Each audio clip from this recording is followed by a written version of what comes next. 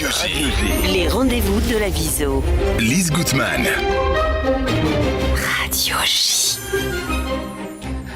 Coralie Abram-Palti, bonjour, merci d'être avec nous ce matin. Vous êtes bénévole au sein de la section Viso à Vive, donc la section des jeunes femmes de la Viso.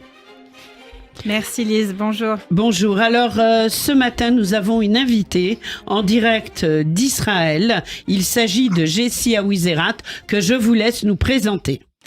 Merci, alors c'est toujours un plaisir de venir ici, même si la période n'est pas évidente en ce moment. Et nous sommes là 2 fois par mois pour représenter Viso France sur notre thématique « Les femmes qui osent ». Depuis les massacres du 7 octobre et le déclenchement de la guerre, la vie des Israéliens a basculé. Et nous tentons de recueillir des portraits de femmes sur place pour être au plus près de leur actualité. Alors aujourd'hui, j'ai le plaisir d'accueillir le docteur Jessie Awizerat, néphrologue, qui travaille à l'hôpital Sheba Tel HaShomer à Ramat Gan, qui est un des plus grands hôpitaux d'Israël. Jessie, vous êtes franco-israélienne, ça fait 6 ans que vous avez fait votre alia. Et depuis les massacres du 7 octobre, les blessés civils et militaires sont nombreux. Il nous semblait important de relater à la fois votre vie, mais aussi les coulisses de votre quotidien en milieu hospitalier. Alors, je voulais commencer par savoir comment vous allez, vous et votre famille, et comment vous vous sentez aujourd'hui.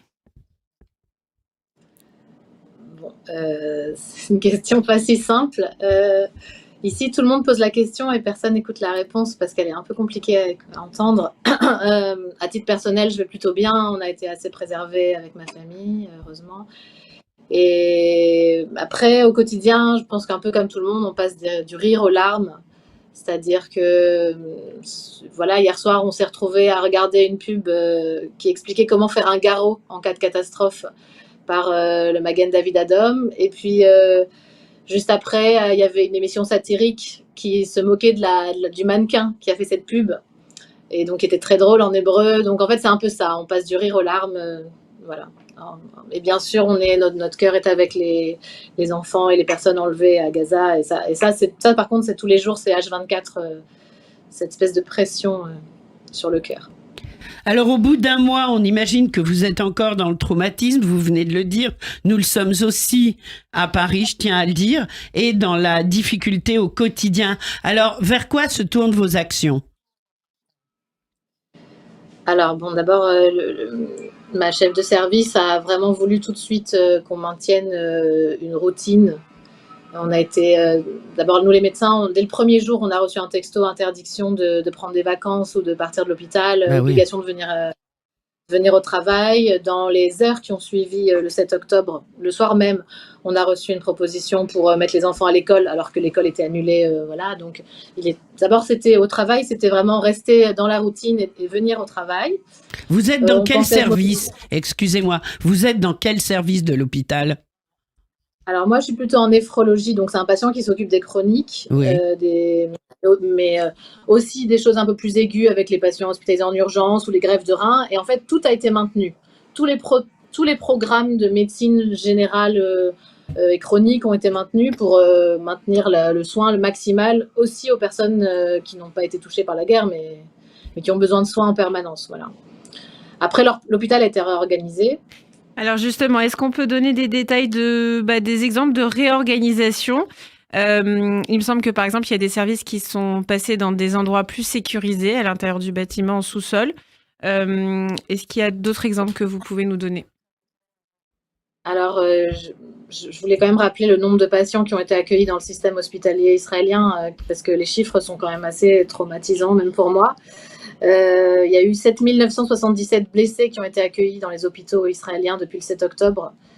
Il y a actuellement encore 349 hospitalisés dans mon hôpital. Il y a eu 380 personnes qui sont arrivées en situation sévère, 688 en situation intermédiaire et 511 personnes qui ont été hospitalisées pour des situations psychiatriques. Donc soit des crises d'angoisse, soit des décompensations. Décompensations. Et puis 130 décès dans l'hôpital, bien sûr, en plus des autres. Voilà. Et actuellement, dans mon hôpital, alors l'hôpital Tel HaShomer, il est spécialisé depuis toujours dans la rééducation. Et c'est un hôpital qui a une base militaire et qui a toujours été lié à l'armée. On reçoit beaucoup de patients de l'armée de manière en général. Hein. Tous les soldats sont suivis à Tel HaShomer pendant leur service militaire, etc. Et là, en fait, ils ont ouvert un service spécial dont je viens de voir à l'instant le nom. Je pensais qu'il s'appelait Rééducation Soldats. Et en fait, ils l'ont appelé On revient à la vie. Ah oui, Et c'est beau. En hébreu, comment ça se dit? Chozrim Lachaim. Voilà, Chozrim Lachaim, c'est beau. Voilà, et donc ça c'est le nom du nouveau service qui est dédié à la rééducation. Et je viens de regarder un petit peu les patients. Il y a pour l'instant une trentaine de patients entre 20 ans et 60 ans qui ont des fractures et des dossiers très très lourds et des amputations bien sûr, des problèmes vasculaires assez graves. Voilà, ça c'est. Et puis dans le début du mois, il y a eu des places qui ont été faites dans les services de réanimation. Oui. Avec tous les patients qui étaient en rééducation et qui étaient un peu moins graves, etc., ont été tout de suite envoyés dans d'autres services. Et ça a été immédiat dans les jours qui ont suivi. Voilà. Est-ce que vous avez assez de moyens et de personnel soignant? Je pense que les équipes sont au maximum en ce moment. Je sais qu'il y a eu un mois très difficile dans tous les services de chirurgie, ouais. Notamment en orthopédie, en chirurgie vasculaire. Après, les équipes sont là à 100%, il n'y a aucune discussion, les gens, tout le monde bosse à fond, donc il n'y a pas de... Voilà. Après, il y a eu des bénévoles qui sont venus, je sais, mais je ne sais pas dans quelle mesure ils nous ont aidés au travail. Il y a beaucoup de bénévolats qui aident au fonctionnement global du service. Après, je crois que les chirurgiens bossent vraiment nuit et jour, les réanimateurs aussi ont beaucoup donné. Il y a cette envie collective de travailler, d'être très très résistant. C'est aussi, ça fait partie de l'identité israélienne. Vous me racontiez en coulisses de cette interview qu'en fait il y avait des étudiants américains qui étaient repartis chez eux et qui ont été rappelés pour revenir. Ils sont en train d'étudier la médecine et donc là ils sont revenus et voilà, oui, la vie continue. Ouais, on m'a dit ils m'ont raconté qu'ils avaient une bonne petite pression pour revenir aider, etc. Et qu'ils pourront pas valider leur dossier s'ils reviennent pas, etc. Donc oui, tout le monde est sur le pont, même les étudiants. Et on continue l'enseignement, on continue les soins secondaires. Donc ça, en fait, il y a un truc qui est très bizarre pour moi en Israël en ce moment, c'est le silence. Pour qui a déjà conduit sur une route israélienne, ça klaxonne en permanence. Et là, plus personne ne klaxonne. Et en fait, au travail, il y a quand même un grand silence. C'est-à-dire, dans les réunions, on sent quand même... Il y a une forme de malaise, de pesanteur à tout niveau. Et il y a beaucoup plus de silence. C'est ça qui on comprend. Ça bosse. Oui, ça bosse. Et ça bosse. Oui, c'est exactement le genre de témoignage que nous avons à la rédaction de Radio J aussi. C'est ce silence et ce calme partout. Peut-être qu'on peut parler rapidement de la collaboration entre les différents hôpitaux. Vous avez des confrères qui travaillent dans des services d'urgence. Il y a des blessés qui arrivent par hélicoptère. Comment se passe cette collaboration ? Alors au début, les hôpitaux du Sud et du Nord, ceux qui ont été aux frontières, en fait, ont été tout de suite complètement surchargés, ont assuré les premiers soins de réanimation, etc. Et nous, on a eu les patients dans un second temps, en fait, dans la 2e semaine, 3e semaine, notamment les amputés avec toutes les complications, soit rénales, soit rééducation, soit orthopédiques. Donc, ils sont venus plutôt dans un second temps dans les hôpitaux du centre. Et là, actuellement, c'est un petit peu différent parce que ceux qui arrivent, en fait, directement de Gaza sont répartis entre les hôpitaux et arrivent en hélicoptère. Et justement, on parlait avec ma collègue qui est en radiologie. C'est compliqué pour nous, encore plus en tant que Français, c'est que c'est pas du tout les mêmes lésions que d'habitude. En fait, on se retrouve à regarder, ma collègue racontait on se retrouve à regarder des scanners de gens très très jeunes, à rechercher des choses dont on n'a pas à regarder où est rentrée la balle, sur quel organe elle a percuté, avoir des complications beaucoup plus dures. Et je me suis retrouvée moi-même en larmes le premier jour où j'ai vu ce jeune amputé avec un chirurgien très expérimenté qui est rentré en même temps que moi et qui lui a dit « Surtout ne me dites pas merci, mais c'est à nous de vous dire merci parce que vous avez défendu nos enfants. » J'ai vu ce jeune gosse de 20 ans dans le lit, je suis partie en pleurant. C'est sans jambes, et qui avait mal. Donc, on a enfin, c'est un peu difficile comme ça. Bon, après, voilà, ça dure 5 minutes et puis on est tous dans l'action et ça passe. Mais voilà, c'est ça, en fait, le quotidien. C'est des choses qu'on n'oubliera pas et que vous n'oublierez pas et qui sont des marqueurs pour la vie. Alors, vous avez eu recours à une des crèches Viso mise en place pour le personnel hospitalier depuis le 7 octobre. Comment s'est déroulé l'accueil de votre fils? On nous en a parlé. La présidente de la Viso France, Nathalie Riuguez, nous avait expliqué à ce même micro que ils avaient ouvert des crèches dans les hôpitaux pour le personnel soignant, justement. Alors, je sais pas, c'est parce que je suis une jeune mère ou c'est parce que j'en ai qu'un, mais pour moi, ça a été super éprouvant aussi à ce niveau-là. C'est-à-dire que les premiers jours, on les a confiés aux grands-parents, et puis après, c'était quand même fatigant. Enfin, je les confiais aux grands-parents. Après, c'était quand même fatigant, et puis il avait perdu sa routine complètement. Donc, mon fils a 1 an et demi, et c'était quand même compliqué de courir plus tôt du travail, de laisser à mon mari qui devait aussi travailler. Et finalement, on a quand même peur que l'économie tombe, donc il fallait quand même qu'il travaille aussi. Enfin, c'était au début très, très dur de se concentrer déjà pour travailler, après de gérer le petit à la maison. Et donc, on a eu la chance à l'hôpital. Au début, j'ai eu peur de l'hôpital aussi parce qu'on ne savait pas où est-ce qu'on allait les laisser. Et puis, au bout de quelques jours, on a été très bien rassurés, très bien pris en charge. On nous a dit, vous inquiétez pas, posez-le. Donc, c'était une expérience aussi un peu traumatisante en tant que mère. Poser mon enfant à quelqu'un que je ne connais pas, lui mettre une étiquette sur le t-shirt avec son prénom pour pas qu'on oublie de l'appeler, parce qu'il parle pas encore. Et le laisser dans un endroit. Donc, on a eu de la chance. Mais au total, il avait été dans 5 jardins d'enfants en 3 semaines. Mais avec toujours des équipes extraordinaires. Des femmes qui étaient super heureuses de revenir bosser, qui se sont très très bien occupées de lui. Et je l'ai vu souriant au début, mais c'est vrai que ça a été un stress énorme de le déplacer. À un moment, il y avait les alertes, donc il fallait un endroit protégé parce qu'elles ne peuvent pas bouger les enfants rapidement. Bon, maintenant, il a retrouvé sa routine avec son équipe habituelle à Tel Aviv.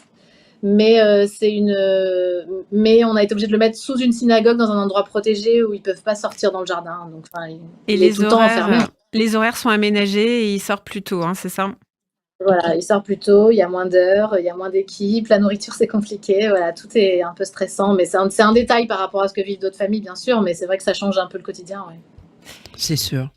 Dans votre hôpital, il y a beaucoup de médecins et de personnel soignant arabes. C'est même un exemple en la matière en termes de travail en commun. Est-ce que cela a engendré des situations délicates depuis le 7 octobre ? Dans mon service, il y a une excellente ambiance et les équipes arabes et les équipes juives ont toujours travaillé dans une très bonne ambiance. Vraiment, c'est un des services qui est connu pour ça. L'hôpital veut être le phare du travail en commun. Honnêtement, je travaille avec des équipes excellentes. Après, c'est pas facile parce que il y a eu des silences. On n'en parle pas. Quand on en parle, voilà, on sent qu'il y a beaucoup de gens qui veulent pas en parler. Encore une fois, c'est ce silence qui est pesant. Peut-être qu'à moi, à titre personnel, pourtant, je suis la plus à gauche possible, etc. J'aurais voulu entendre tu sais, on est désolé pour ce qui vous arrive. Je pense aussi que les Arabes israéliens se sentent concernés, enfin touchés aussi en tant qu'Israéliens, et que c'est pour ça qu'en fait, peut-être, c'est un peu bête d'attendre que un Arabe israélien vienne me dire quelque chose, parce qu'en fait, lui aussi, il est dedans, en fait. Et mon collègue, le bureau, il est derrière moi. Donc, mon collègue, Roussam, s'assoit derrière moi. Et lui aussi, il a pleuré. Bien sûr. Après, on parlait plus de la situation avant. Maintenant, il y a un grand silence quand même. Ça m'a un peu mal.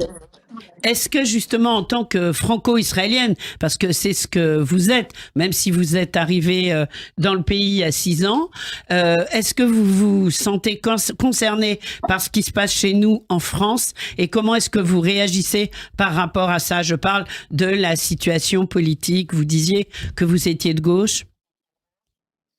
Alors moi, je me sens tout à fait française. En fait, moi, j'ai juste rajouté un truc avec mon alia, mais j'ai pas. Pour moi, je suis évidemment française. Et d'ailleurs, pour les Israéliens, je ne suis que française. Ah oui. Je sais qu'on met du temps. Oui. On reste à Tsofatia longtemps. J'ai aucun problème avec mon identité, ni française ni israélienne. Je l'assume complètement. Oui, je suis en permanence rivée sur ce qui se passe en France, sur ma famille, je suis inquiète. J'ai beaucoup regardé ce qui s'est passé avec la manifestation et la présence de Macron, etc., bien sûr. bien sûr, bien sûr. Et on nous en parle beaucoup, et les Israéliens ont une vision assez négative de l'antisémitisme en France. Donc oui, c'est un sujet très, très fort, très, très inquiétant. Bien sûr. Merci beaucoup, Jessie, de votre témoignage. Est-ce que vous souhaitez rajouter quelque chose? Vous avez changé d'hôpital il y a peu de temps. Vous étiez à Irilov avant. Est-ce que, personnellement, vous êtes contente aujourd'hui de ce changement? Est-ce que l'hôpital, la structure vous plaît en dehors de cette période qui est vraiment pas évidente? Ouais. C'est un hôpital, je peux le dire parce que c'est pas moi qui ai contribué, c'est le 11e hôpital dans le monde. C'est le chiffre qui publie, donc c'est pas moi, hein, mais donc c'est génial d'être au contact avec des personnes qui publient des articles qui sont super intéressants, etc. Et là, à titre personnel aussi, nous entoure beaucoup. On reçoit des mails pour savoir comment on va, est-ce qu'on peut faire du sport, comment on mange pendant la guerre. Ils nous ont proposé d'aller cueillir des agriculteurs pendant notre temps de travail. Oui, donc en fait des missions bénévoles, alors même que vous êtes quand même au front en tant que médecin, on vous propose des missions autres qui sont aussi des missions à l'extérieur. C'est intéressant ça. C'est bien, c'est sympa de savoir qu'on fait partie d'une espèce de grande famille. Qui va s'agiter pour le bien. Voilà, le don du sang, c'est juste à côté, donc on peut aller donner son sang quand on veut à côté. Enfin, je suis super fière de pouvoir contribuer un petit peu comme ça, même si j'ai l'impression de rien faire. Mais je crois que vous faites beaucoup. Vous faites beaucoup. Et vous faites beaucoup dans la communication également, et voilà. Merci donc, infiniment. On vous remercie du fond du cœur. On est avec vous. On est avec votre fils. On est avec toute votre votre service et toutes les équipes qui vous entourent. Vraiment un grand merci pour ce témoignage et qui montre encore une fois montre encore une fois la résilience et le travail en fait. Hein. Les Israéliens ne se sont jamais arrêtés de travailler. Voilà, et continuent. Alors vous êtes Jessie Awizerat, je pense qu'il faut le redire, et vous êtes néphrologue, donc à l'hôpital. L'hôpital de Tel HaShomer. Voilà. Une info à nous donner. Oui, alors donc Viso France est toujours très très mobilisé, bien évidemment. On a fait beaucoup d'événements et vous avez eu l'occasion d'en parler sur vos matinales. Autour des enfants. Avec Nathalie Rihuguez. Avec notre présidente Nathalie Rihuguez, comment s'adresser aux enfants. On a aussi organisé des événements au sein de Viso Aviv.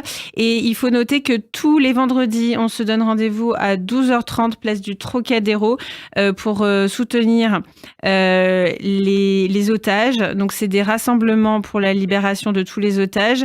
Et on a appelé ce rassemblement donc hebdomadaire les Mères de l'Espoir. Voilà. Et c'est à l'image des Folles de Mai qui se présentaient en Argentine sur la place de Mai pour avoir des nouvelles de leurs enfants. Là, c'est pour les otages. Et bravo et merci à la Viso de le faire. Merci Coralie. Merci. Et à très vite sur Radio J. À très Au revoir, bientôt. merci.